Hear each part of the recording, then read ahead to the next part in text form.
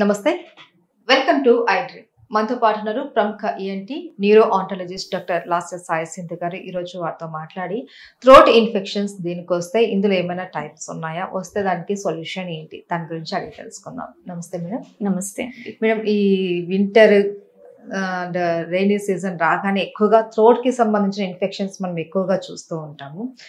థ్రోట్కి సంబంధించిన ఇన్ఫెక్షన్స్ అంటే ఏమేమి ఉంటాయండి? మెయిన్గా అందరికీ తెలియాల్సింది ఏంటంటే అందరికీ అప్పర్ రెస్పిరేటరీ ట్రాక్ట్ ఇన్ఫెక్షన్స్ అనేది చాలా కామన్ అండి. అంటే జలుబు, దగ్గు ఇవన్నీ వింటర్ కొంచెం రైనీ సీజన్ రాగానే అందరికీ వస్తుంది. థ్రోట్లో ఎస్పెషలీ చాలా మందికి ఏంటంటే విపరీతంగా గొంతు నొప్పి రావడం, కొంచెం వెదర్ చేంజ్ అయినప్పుడు లేదా బాగా సమ్మర్స్లో కూడా బాగా చల్లనీళ్ళు అలా తీసుకున్నప్పుడు కూడా గొంతు నొప్పి రావడం, లేకపోతే ఏదన్నా మ్యారేజెస్ క్రౌడ్స్లో వెళ్ళొచ్చిన తర్వాత విపరీతమైన గొంతు నొప్పి ఇలా చూస్తాం అనమాట. సో గొంతు వెనకాల భాగము ఫారింగ్స్ అని అంటాం. సో ఆ ఫారింగ్స్లో ఇన్ఫ్లమేషన్ వల్ల, అంటే దాంట్లో కొంచెం వాపు వచ్చినప్పుడు ఫెరింజైటిస్ అంటాం అనమాట. సో ఇది కూడా ఏంటంటే యాక్చువల్గా న్యాచురల్ బ్యాక్టీరియా అనేది మన గొంతులో కొంత ఉంటుంది అందరికీ కూడా, స్ట్రెప్టోకాకై ఇవి. సో దీంట్లో ఏదైనా వైరల్ లేకపోతే ఏదైనా బ్యాక్టీరియల్ మన ఇమ్యూనిటీ తగ్గినప్పుడు ఇలాంటప్పుడు ఆ బ్యాక్టీరియాని బాగా మల్టిప్లై అయిపోయి ఈ pharyngitis, upper respiratory tract infection ఇవన్నీ అవుతూ ఉంటాయి అన్నమాట మనకి. సో దీంట్లో కూడా ఏంటంటే ఫస్ట్ మనం తెలుసుకోవాల్సింది ఏంటంటే ఈ థ్రోట్ ఇన్ఫెక్షన్ బ్యాక్టీరియలా వైరలా అనేది తెలుసుకోవాలి.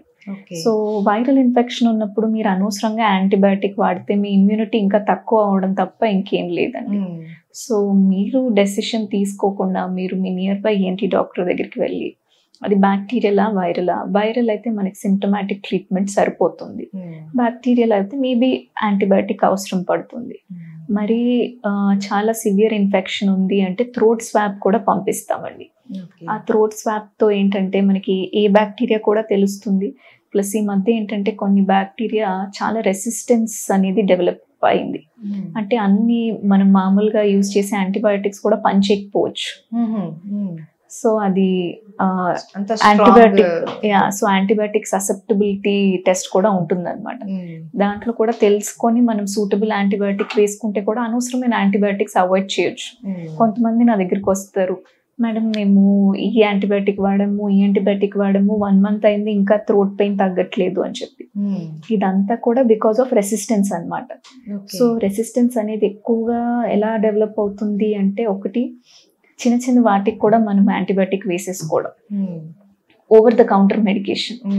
సో చాలా మంది థ్రోట్ పెయిన్ వస్తుంది అని కానీ అజిత్రోమైసిన్, ఎరిత్రోమైసిన్ వేసేసుకోవడం అనేది చాలా అలవాటు. సో ఇలా చేస్తున్నప్పుడు ఏంటంటే పోను మీకు రెసిస్టెన్స్ వచ్చేస్తుంది. అండ్ ఒక టైంకి యాంటీబయాటిక్ పంచ్ ఇంకా హయ్యర్ ఎండ్కి వెళ్ళాలి. అండ్ కొన్నిసార్లు సీరియస్ ఇన్ఫెక్షన్స్ వచ్చినప్పుడు చాలా ఇబ్బంది అవుతుంది, హయ్యర్ యాంటీబయాటిక్స్ కూడా పనిచేయకపోవచ్చు. సో ఇవన్నీ మైండ్లో పెట్టుకొని మనం over the counter medication avoid చేసుకోవడం చాలా ఇంపార్టెంట్. సో ఇలా థ్రోట్లో ఇన్ఫెక్షన్ వచ్చినప్పుడు ఒక మెయిన్ ప్రాబ్లం అందరికీ వచ్చేది దగ్గు. కఫ్ అనేది సిమ్టమ్, కఫ్ అనేది వ్యాధి కాదు. చాలా మంది ఫస్ట్ కఫ్ అనేదే వ్యాధి అనుకుంటారు. దగ్గు అనేది మన బాడీలో జస్ట్ ఒక రిఫ్లెక్స్.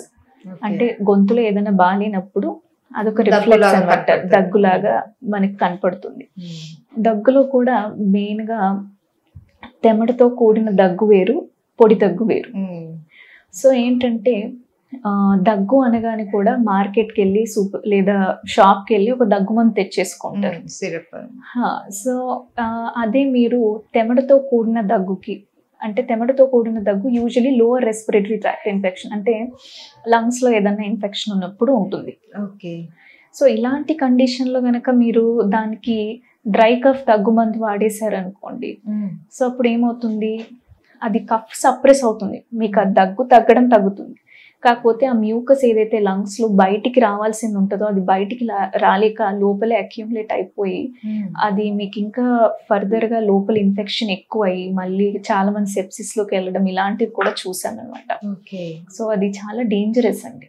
సో మీరు డెఫినెట్లీ మార్కెట్కి వెళ్ళి దగ్గు మందు తీసుకోవద్దు. మీరు డాక్టర్ దగ్గరికి వెళ్తే మీది పొడి దగ్గ, తెమటతో కూడిన దగ్గ, అసలు దానికి దగ్గు మందు అవసరమా లేదా అనేది చూసి, అంటే ఇప్పుడు వేరియస్ రీజన్స్ ఉంటాయి. ఇప్పుడు జస్ట్ మనకి లంగ్స్ లో బ్రాంకైటిస్ అలాంటివి ఉంటే కూడా పొడి దగ్గు కూడా ఉంటుంది. పిల్లి కూతులతో పాటు దగ్గు ఇవన్నీ ఉంటాయి. సో అలా బ్రాంకైటిస్ ఉన్నప్పుడు మీకు అది చెస్ట్ లో టైట్నెస్ అదంతా జస్ట్ దగ్గు మందు వాడితే సరిపోదు. మీకు చెస్ట్ లో టైట్నెస్ కి వాటికి కూడా సూటబుల్ మెడికేషన్ ఇవ్వాలి. సో అసలు మీకు ఏంటి ప్రాబ్లం, ఎందుకు వస్తుంది అనేది కరెక్ట్ గా డయాగ్నోస్ చేసుకొని దాని తర్వాత మీరు సొల్యూషన్ తీసుకుంటేనే మంచిది. చాలా మందికి ఏంటంటే ఏముంది దగ్గే కదా దీనికి డాక్టర్ దగ్గరికి ఎందుకు అనుకుంటారు, అని ఓవర్ ద కౌంటర్ మెడికేషన్ తెచ్చుకుంటారు. కానీ మీరు తెలియకుండా మీకు మీరు చాలా డ్యామేజ్ చేసుకుంటారు. ఒకవేళ లోపల ఇంకేదో ఉండి మీరు ఇంకో మెడికేషన్ వాడితే డెఫినెట్లీ మంచి కంటే మీకు హామే ఎక్కువ అవుతుంది. సో కాబట్టి ముందే డాక్టర్ దగ్గరికి వెళ్ళిపోయి let them take the decision. వాళ్ళు ఎన్నో ఇయర్స్ చదివి డెఫినెట్లీ ఆ స్టేజ్ కు వస్తారు కదా మీకు ప్రిస్క్రిప్షన్ రాసేది. సో ఏముంది ఇదే మెడిసిన్ కదా అని ఎవరో ఇచ్చింది మీరు మందులు వాడేస్తే వాట్సాప్ ట్రీట్మెంట్ చాలా ఎక్కువ అయిపోయింది ఈ మధ్య. సో కొంచెం బేసిక్ నాలెడ్జ్ ఉన్న వాళ్ళు కూడా అందరూ ఏదో ఒకటి చెప్పడం వాడటం అవన్నీ ఉంటాయి అన్నమాట. సో ఇవి చేసుకోకుండా మీరు జాగ్రత్తగా ఉంటే definitely it will be helpful. And ఇంటి చిట్కాలు కూడా చాలా మంది వాడతారు దగ్గుకి, ఎస్పెషల్లీ కషాయాలు ఇలాంటివి. కాకపోతే ఏంటంటే ఏదన్నా మీరు లిమిట్ గా తీసుకున్నంతసేపు ఏం కాదండి. కొంతమంది కోవిడ్ అప్పుడు ఎస్పెషల్లీ కేసెస్ చూసాము, కషాయం ఎక్కువగా తీసుకొని లోపల ఉన్న గొంతులో ఉన్న మ్యూకోస్ అంతా బర్న్ అయిపోయింది. సో ఏదన్నా అతిగా చేస్తే అక్కడ బర్న్ అయిపోయి అల్సర్ లాగా అల్సరేషన్స్ అవ్వడము, అది మళ్ళీ వాళ్ళకి తినడానికి ఇబ్బంది అవ్వడము, ఇవన్నీ. సేమ్ వే ఆవిరి తీసుకోవడం కూడా చాలా మంది విపరీతంగా ఆవిరి తీసేసుకొని అక్కడ మ్యూకోసీలియా అనేవి పాడైపోయి చాలా మందికి వాసనలు సరిగ్గా రాకపోవడం ఇలాంటివి కూడా చూసాం. మ్యూకోసీలియా పాడైపోతే like air circulation, air filtration తగ్గిపోతుంది. సో ఎక్కువ అవి డస్ట్ ఫిల్టర్ చేయలేవు. అప్పుడు ఇంప్యూర్ మీరు ఎక్కువ తీసుకోవడం, లోపల ఇన్ఫెక్షన్స్ అవ్వడం లంగ్ లో, ఇవన్నీ కూడా జరుగుతాయి. అయితే మేడం ఈ దగ్గు కావచ్చు, కోల్డ్ కావచ్చు, ఇవి ఎన్ని రోజుల వరకు ఉంటే మనం దాన్ని సీరియస్ గా తీసుకొని డాక్టర్ ని కన్సల్ట్ అవ్వాలంటారు? బియాండ్ 3 days అండి. 3 days. ఏదన్నా సరే ఒక 3 రోజులు వరకు సెల్ఫ్ లిమిటింగ్ మన బాడీ అనేది ట్రీట్ చేయగలదు any infection to that matter. But 3 days కి బియాండ్ అయింది అంటే ఇంకా మన న్యాచురల్ ఇమ్యూనిటీ సరిపోవట్లేదు దాన్ని ఫైట్ చేయడానికి.